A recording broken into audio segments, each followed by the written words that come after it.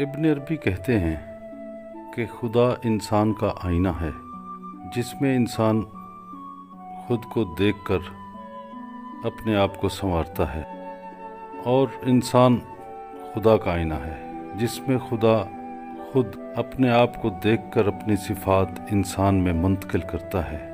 یہ آئینہ اس دنیا میں انسان کا مرشد بن جاتا ہے۔ مرید مرشد کو اور مرشد مرید کو اس آئینے میں دیکھتے ہیں۔ حضرت خواجہ نظام الدین اولیاء کے آئینہ حضرت بابا فرید گنج شکر رحمۃ اللہ علیہ تھے، اور آپ کے آئینہ حضرت خواجہ نظام الدین اولیاء تھے۔ بیرسٹر صاحب کہہ رہے تھے، یہ اسی آئینہ گری کا نتیجہ ہے کہ دنیا کو بابا فرید گنج شکر سرکار کے فیض یافتہ لوگ دنیا کے مختلف خطوں میں امن کے گیت گنگناتے نظر آتے ہیں۔ بیرسٹر صاحب نے اس بار حسین راج اور ملکہ کو متوجہ کراتے ہوئے ذرا اونچے سروں میں کہا، ہمارے نزدیک یہ سارا ثمرہ بابا فرید گنج شکر سرکار کی لگن کا ہے۔ آپ نے اپنی لگن سے جو معرفت پائی، وہ معرفت سینہ بسینہ ان کے چاہنے والوں کے دلوں میں اترتی رہی۔ یہ بابا فرید سرکار کی ریاستوں کا انعام ہے، اور ان کی ریاستیں دراصل ان کی لگن کی عکاس ہیں۔ اور یہ لگن کیا ہے؟ یہی لگن ہی خدا کا اظہار ہے۔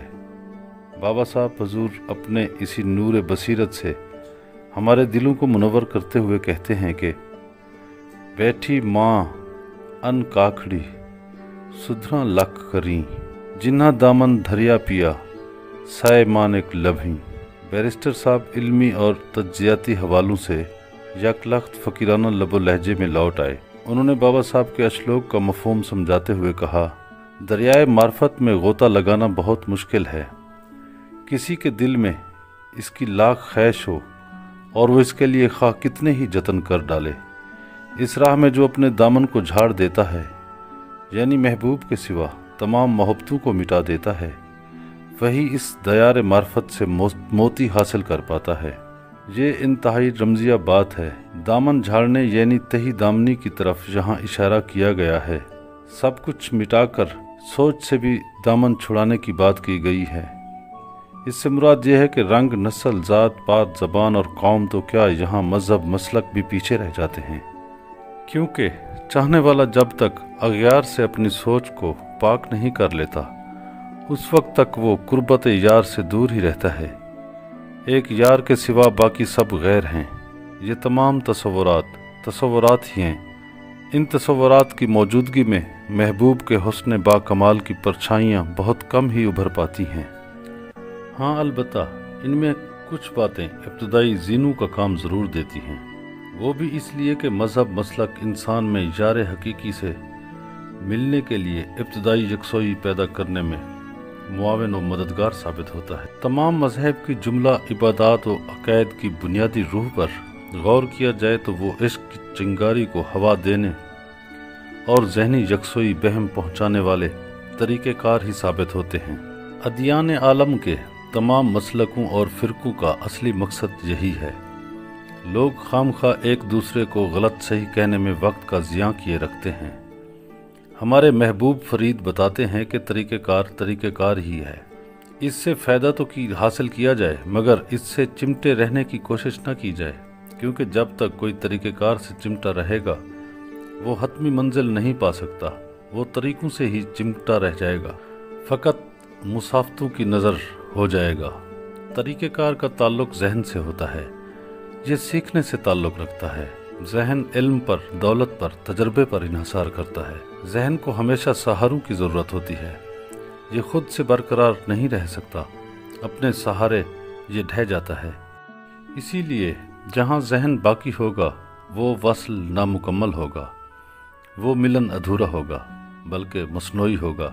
بعض اوقات یوں بھی ہوتا ہے کہ ذہن الگ نہیں ہونا چاہتا، ذہن آخری وار اس وقت کرتا ہے جب کوئی معرفت یا گیان پانے کے قریب ہو۔ یہ ذہن کی آخری کوشش ہوتی ہے۔ ذہن کہے گا، دیکھو تم پہنچ چکے ہو۔ جس لمحے میں ہمیں کوئی کہے ہم پہنچ چکے ہیں، اس وقت ہمیں زیادہ محتاط ہو جانا چاہیے۔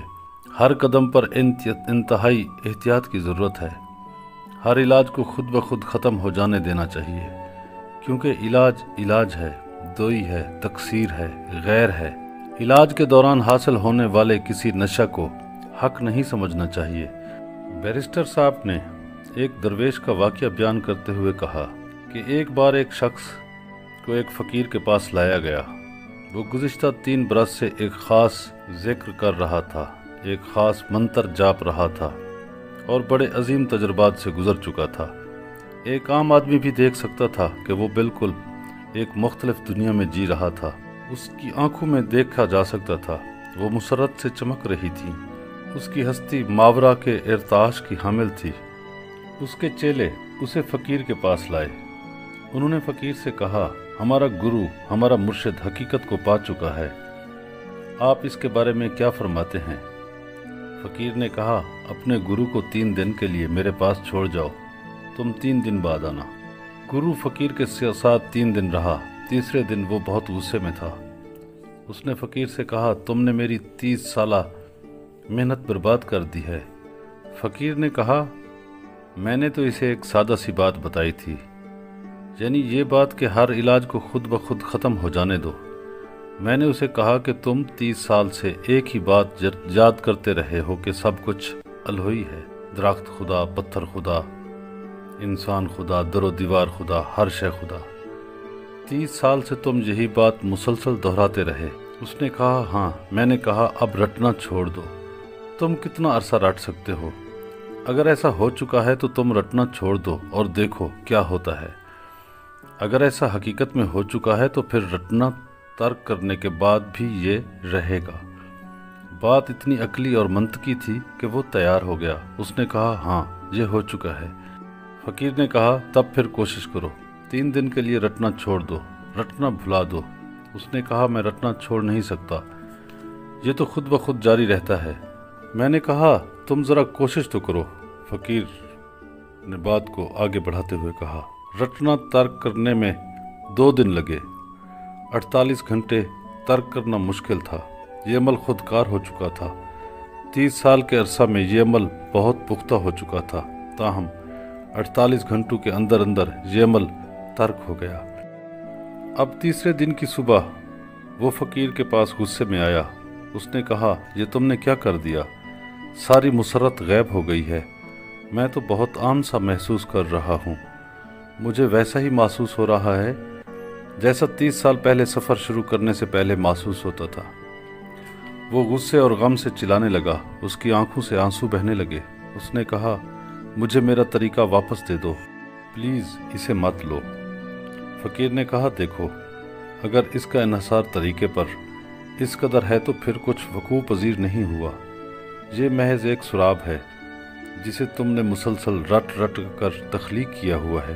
یہ کچھ نہیں، صرف اپنے آپ کو ہپناٹائز کرنا ہے۔ بیرسٹر صاحب نے ایک گہری سانس لیتے ہوئے کہا، اس واقعہ کو سامنے رکھ کر ہمیں دیکھنا چاہیے کہ ہم کتنے رٹے رٹائے سبق یاد کر کے اپنے ارد گرد خود ساختہ نور کے ہالے بنائے ہوئے ہیں اور کتنے یار ازل کے قریب ہیں۔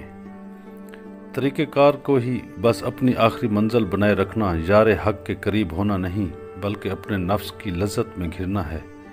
ادھر دیر سے گمسم بیٹھے ایک صاحب نے کہا، اس بات کی گہرائی کا پتہ ہمیں محبوب برحق صلی اللہ علیہ وآلہ وسلم کی ایک حدیث مبارکہ سے بھی ملتا ہے۔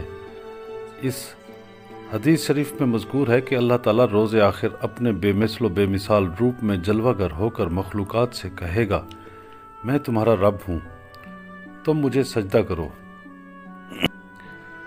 بیشتر مخلوقات اس انجان خدا کو دیکھ کر سجدہ کرنے سے انکار کر دیں گے۔ پھر اللہ کریم کی ذات اس روپ میں جلوہ گر ہوگی جو روپ مخلوقات نے تراش رکھے تھے۔ خدا کو اپنے تراشے ہوئے روپ میں جلوہ نما ہوتا دیکھ کر لوگ سجدے میں گر جائیں گے اور تسبیحات بجا لائیں گے۔ اللہ پاک اظہار فرمائے گا کہ تم نے مجھے سجدہ نہیں کیا، یہ تو تم نے اپنے تراشے ہوئے تصوراتی خداؤں کو سجدہ کیا ہے۔ تم اگر میرے چاہنے والے ہوتے تو مجھے ہر روپ میں پہچانتے، مگر تم نے صرف اپنے ذہنی تصورات گھڑے ہوئے ہیں، اسی روپ کو ہی پہچانتے ہو۔ تم اپنی ساری عبادت اپنے ذہنی تصورات کی بندگی میں ظاہر کر رہے ہو۔ یہ تصورات بھی ہمارے نفس کے گھڑے ہوئے ہوتے ہیں۔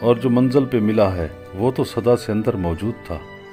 منزل تک تو آنے کی ضرورت ہی نہیں تھی، ذرا گردن جھکا لی ہوتی تو اپنے اندر ہی اس کا دیدار ہو سکتا تھا۔ منزل اندر ہے، خدا اندر ہے، بس ایک کھوجنے والے کے کھونے کی کمی ہے۔ چھاج اتارنے کی دیر ہے، مگر چھاج کون اتارتا ہے؟ ہم کھونے کی بجائے بچائے پھرتے ہیں، کھونے والے کو کئی گنا زیادہ بڑھائے پھرتے ہیں، چوہے کی دم سے چھاج لٹکائے پھرتے ہیں اور بل میں بھی گھسنے کی کوشش ریگاں جاری رکھتے ہیں۔ دیکھو، یہ تو فکر فرید ہے جو ہمیں چھاج اتارنے کی نصیحت کرتی ہے، ورنہ ناسے، ملا، وائز، عالم، قاضی اور فقیر نے تو چھاج اور چھاج کو بھی اناج سے لبالب بھر کر ہماری دم سے باندھ رکھا ہے، اور پھر ہمیں اسی حالت میں سزا کے خوف کے درے مارتے چھاج سمیت بل سے گزرنے کا حکم سناتا ہے۔ اس کا نتیجہ کیا نکلا؟ نہ خدا ہی ملا، نہ وصال صنم۔ ان ملاؤں نے ہمیں کہیں کا نہیں چھوڑا، انہوں نے ہمیں ساری زندگی ہمارے پرفریب ذہنی تصورات کے پیچھے دوڑائے رکھا۔ ملا ذہنی تصورات کو عبادت کا نام دے کر ہمیں ہانکتا رہا، سراب کے پیچھے بھگاتا رہا۔ ہم ان ملاؤں کے پند و نصیحت سے گھبرا کر ذہنی ہیولوں کو سجدہ ریزی کرتے کرتے نڈھال ہو گئے۔ بیرسٹر صاحب چند ثانیوں کے لیے خاموش ہوئے، وہ خود بھی شاید نڈھال ہوئے بیٹھے تھے۔ ادھر کتب خانے کا دکاندار کہیں سے میٹھے چاول لے آیا اور انہیں اپنے زاویے میں بیٹھے دوستوں کے سامنے رکھ دیا۔ حسین راج اور ملکہ کو تو ہوٹل سے نکل کر اپنے پلے سے چائے کا ایک کپ بھی نہیں پینا پڑا تھا۔ ان کی بھوک پیاس کا سامان تو شہر فرید کے انجان میزبان ہی پورا کر رہے تھے۔ یہاں کے لوگوں کی چاہت تو وہ بازار سے گزر کر یہاں آتے آتے ہی دیکھ آئے تھے۔ حسین راج اور ملکہ اب تو کافی تیزی سے اپنی اس یاترا کے مقصد کے قریب ہو رہے تھے۔ ان کے لیے ویسے تو علاقائی لوگوں کا یہ تعاون بھی بن مانگا انعام ہی تھا۔ لگتا تھا کسی صاحب اختیار نے ان کی پاک پتن شریف آمد سے پہلے ہی ان کے سواگت کے لیے لوگوں کو تیار کر رکھا تھا، اور اب وہ بڑے مزے سے اپنے ہدف کی طرف بڑھ رہے تھے۔